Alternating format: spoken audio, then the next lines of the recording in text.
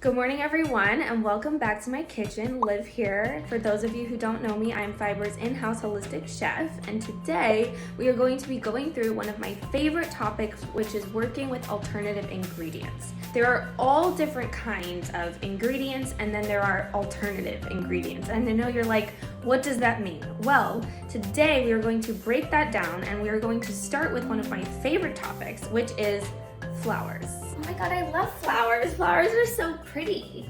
There's so many different kinds of flowers. There's roses. No. Not flowers. Not flowers. We're talking about flowers.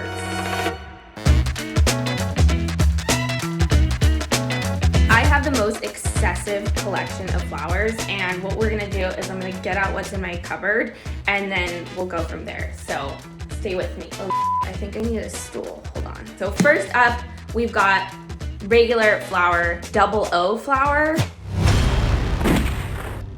God, this brings on a whole other conversation about just regular all-purpose flour. So for the sake of this video, we're gonna say that this is regular all-purpose everyday flour.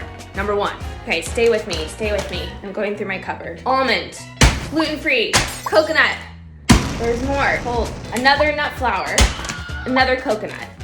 Let's go through the difference between an alternative flour and a regular flour. Personally, I think the most balanced approach is to really just check in with myself and say, okay, if I've had a lot of pizzas, breads, starchy foods, what can I make to balance that out that might not have that gluten that's going to set off the inflammatory response to make sure that my body is remaining in balance even though I'm having all the different varieties and delicious things that I like.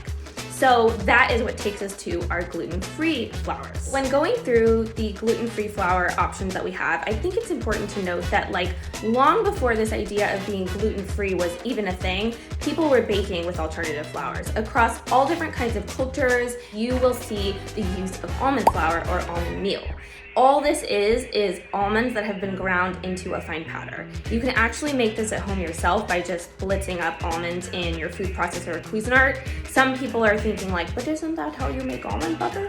Yes, that's true, but if you take it back a notch and don't go quite as far, you will have almond meal. And I think almond meal is a great one to have around, especially now where flour might be hard to find. So almond meal is one really good option. So after almond flour, I would say the most common gluten-free alternative flour is coconut flour. And similarly to almond flour, coconut flour is literally just dried coconut that has been ground into a fine powder. You can also make this yourself at home from dried shredded coconut. Coconut flour actually adds something else to the texture party of whatever you're making.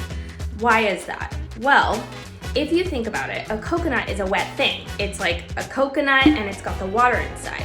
So even if you dry the coconut and turn it into this dry powder, what happens is when you add it back to moisture, it's going to react with that liquid and it's going to slurp it all up like a sponge and it's going to retain that moisture within whatever it is in. So what does that mean? That means that when you add coconut flour to stuff, you know that it's going to be moist. If you want to not use regular flour, what you want to do is use a mix of these alternative flours to create a similar texture that you would have from the regular. So my favorite way to do that is a blend of almond flour and coconut flour. The next thing you're probably thinking is, okay, so in place of regular flour, you're gonna blend almond and coconut. What's the ratio?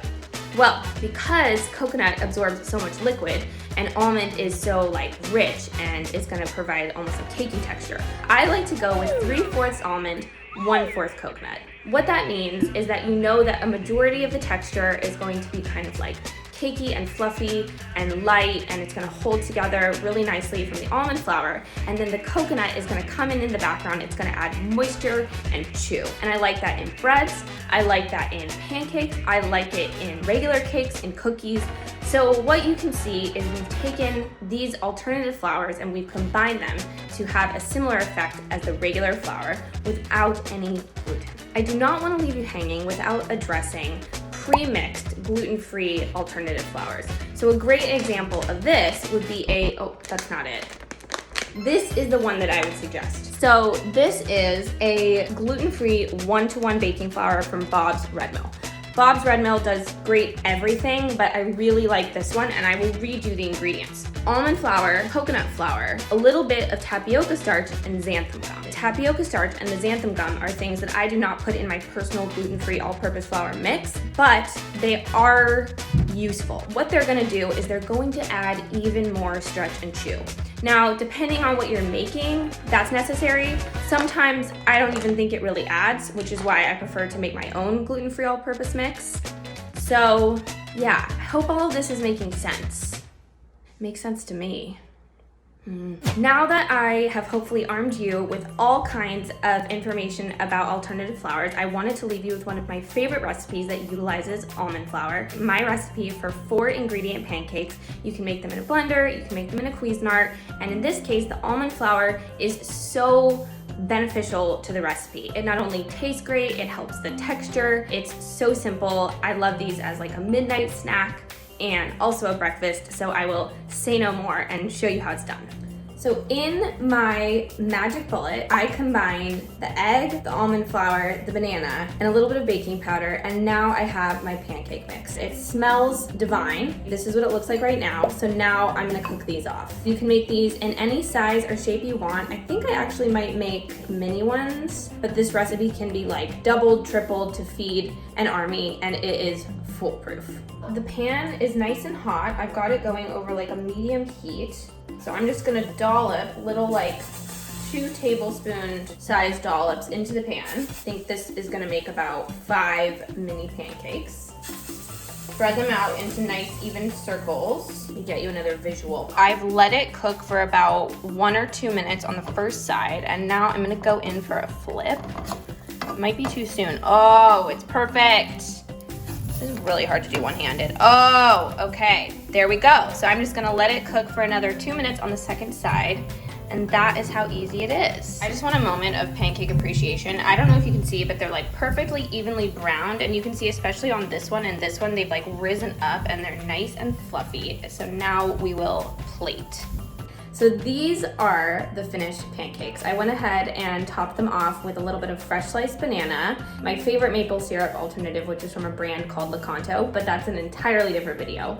So I think it might be time to give these a try. I don't know if you can tell, they're like perfectly fluffy, soft, a little bit sweet from the banana. Wow. Okay, so if you want to make people jealous with your breakfast, I highly recommend giving these a try.